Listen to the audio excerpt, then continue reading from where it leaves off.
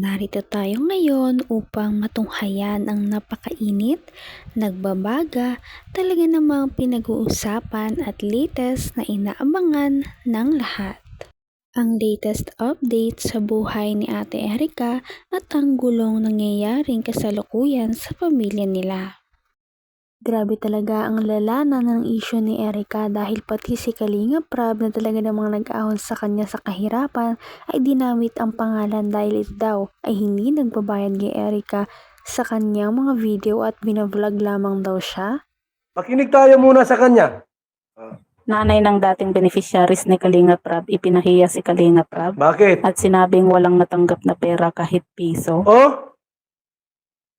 Wala daw pong natanggap si Erika kahit piso. Ay hindi maganda yan, Kalinga Prab. Kuripot, dapat pagka nag-vlog ka ng isang tao po, kinokontent mo yung tao, dapat kahit malamang pang tinatinapay, pang soft drinks, magbigay naman kayo.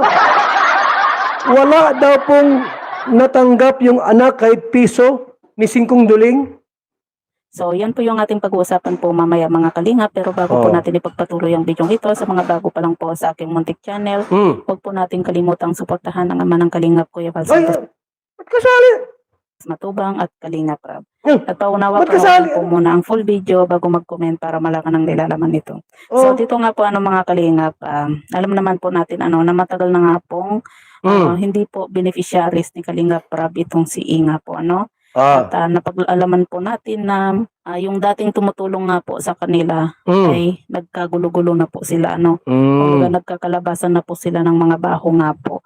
At ngayon po ay talagang hanggang ngayon idinadawit pa rin po itong si Kalinga Prab sa kanilang kaguluhan nga po. Maging ang nanay nga po nitong si I ay talagang ipinapahiya nga po itong si Kalinga Prab at sinasabi nga po na wala daw po silang natatanggap na pera. Wala, galing dito kay Kalinga Prab. Totoo ba yan? Yan ang tanong ko po, mga kaibigan.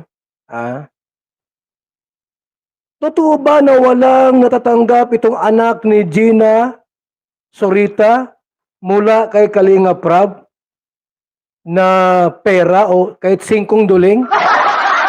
Tuloy natin. Kahit piso. Ito po mga Kalingap, pakinggan po muna natin ang maikling video clip bago po natin ipagpatuloy ang reaction na ito. Okay, tuloy mo lang. Wala po kami nakawakan ng pera dyan kay Rap. Kahit Ha? piso. O nung course si Erika. Wala po. Wala daw pong natatanggap ni Singko si Erika mula kay Kalinga Prab. Nay Gina, ayan nyo po, Nay Gina, pupuntahan kita dyan. Huwag kang mag-alala, kampi mo ang batas. Napakalaki nga ng pinintang nila kay Kalinga Prab na talaga namang nag-ahon kay Erika sa kahirapan dahil ito daw ay hindi nagbayad kay Erika ng kahit piso sa ilang mga vlog nito at pinagkakakitaan lamang daw si Erika at sinabihan pa na dahil parang mukha daw itong pera at binavlog naman si Erika para magkaroon ng pera. Val Santos Matubang, didipahan kita. Kung mayroon kang problema kahit kanino, akong bahala sa'yo. Nay Gina, salamat to sa taong nag-text sa atin, ha. Ang sabi sa akin, puntahan daw kita dyan. Pakisin daw yung address niya. At ako po ay nahabag po, mga kaibigan. Ayaw ko ng ganong klaseng vlogger, kung anong vlogger man yan. Mga power people pa naman kayo, mga charity vlogger kayo. Wala kayong binibigay sa inyong mga tinutulungan. Anong tawag dyan? Pang-i-scam yan. Tuloy natin. Wala po kami nahingi. Wala po nabili po yan kay Erika. Wala. Wala pong binibigay itong Kalinga Prab na ito kay Erika. Grabe yan. Di pwedeng ganyan, mga kaibigan. Di pwedeng ganon. Nay Gina! Pag-uwi ko ng galing Naga, puntahan kita dyan, ha? Magkwentuhan tayo. Sabihin mo sa akin lahat. Lahat ng mga ginawa nyo dyan, ginawa nila sa inyo. Sino yung mga yan? Mga vlogger na yan. Kasama daw si Dr. Love dyan. Abay, kasama rin po mayroon ng Indiano dyan na vlogger. Ayan mo, pupuntahan kita dyan. Pag uwi ko, galing Naga. So ayan po mga kalingap, narinig po natin at Mm. maliwanag pa po sa sikat ng araw ang sinabi nga po ng Ah. nanay ni E at sinasabing nga wala daw po silang natanggap nga Wala. po dito kay Grabe. Kalingap Rob Wala. na pera kahit piso. Mm. At kung matatandaan niyo po mga kalingap at kung babalikan po natin yung mga vlog nga po ni Kalingap Rob dito nga po kay E mula part 1, part 2, part 3 hanggang Anong meron? sa ilang part nga po yun. Mm. Makikita po natin dito kay Kalingap Rob Na ano? yung pagbibigay nga po niya ng pera dito kay E. Oh! Diba? Meron daw! Ay, ano na itong nangyari? Doon daw po sa vlogs, part 1, part 2, part 3 po, kung ilang part yan. After daw ng vlog, na Gina, meron daw inabot si Kalingap Rob.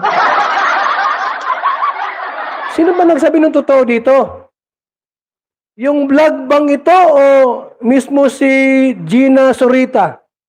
Nay, puntahan kita dyan. Nay, gusto kong linawin lang ito, ha? Talaga namang napagbintangan pa si Kalingap Rob na nangi-scam daw at pinagkakakitaan lamang si Ate Erica sa kanyang mga vlogs dahil hindi niya daw ito talaga binabayaran.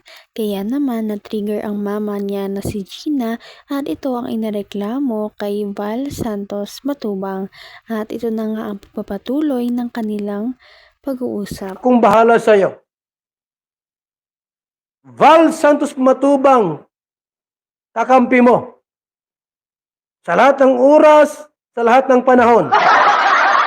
Basta, pag-uwi ko galing daet, maligo ka, ha? Magbihis, mag-usap tayo. Kasi, hindi pwedeng ganito, ha? Kaya bakit sinasabi po nila na wala pong naibigay na tulong itong si Kalingap Rob dito kay E na samantalang sa part 1 pa lang po ay nakapagbigay na po itong si Kalingap Rob ng 5,000 pesos. At sa part 2 Abay, malaki-laki! Ibig sabihin po, sa bawat vlog ni Kalingap Rob, bayad na pala kayo. Bayad na pala kayo sa bawat vlog. Wala ka nang hanap. Tapos masabi kang hindi naising ko walang binibigay si Kalingap Rob. 5,000. Ang vlog ko po, 2,000 lang ang vlog ko. Mag-usap tayo dyan. naman po ay nagbigay din po itong si Kalingap Rob ng 4,000 pesos. Ganun May din po 4,000 sa pa. part 3 at part 4 nga po. Pero yun nga po mga Kalingap sa part 3 at saka sa part 4. Ibig sabihin po mga kaibigan, mga Kalingap, kapag i-vlog ka ng isang vlogger at binayaran ka ng 5,000, 4,000, 3,000 o 1,000, bayad ka na. Huwag ka na maghanap pa ng anumang tulong. Bayad na. Or ay hindi po natin alam kung magkano po yung naiabot nga po nitong si Kalingap Rob dito kay E. Kasi nga po hindi po nabanggit ni Kalingap Rob kung magkano po yung naibigay niya na pera. Pero makikita po natin sa video mga Kalingap na nag-abot po ng tulong itong si Kalingap Rob dito kay E. Kaya bakit nag-iingay itong nanay ni E ngayon at sinasabi nga po sa interview nga po sa kanya ni Sir Salcedo na wala pong natatanggap ni piso dito kay Kalingap Rob. Ito po mga Kalingap, mga kaibigan, lilinawin natin ito. Handa akong tumulong kay Gina Sorita. Handa po akong tumulong. Puntahan ko siya sa bahay nila para mag-usap kami, ano yung mga hinaing niya. Grabe talaga ang mga revelasyong nalaman natin sa video na ito. Ano na kaya ang mangyayari sa pamilya ni Ate Erica?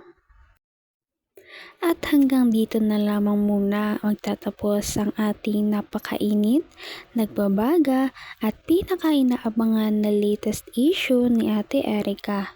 At yan ay pagpapatuloy natin sa ating mga susunod na video. Hanggang sa muli, maraming salamat sa panonood. Bye!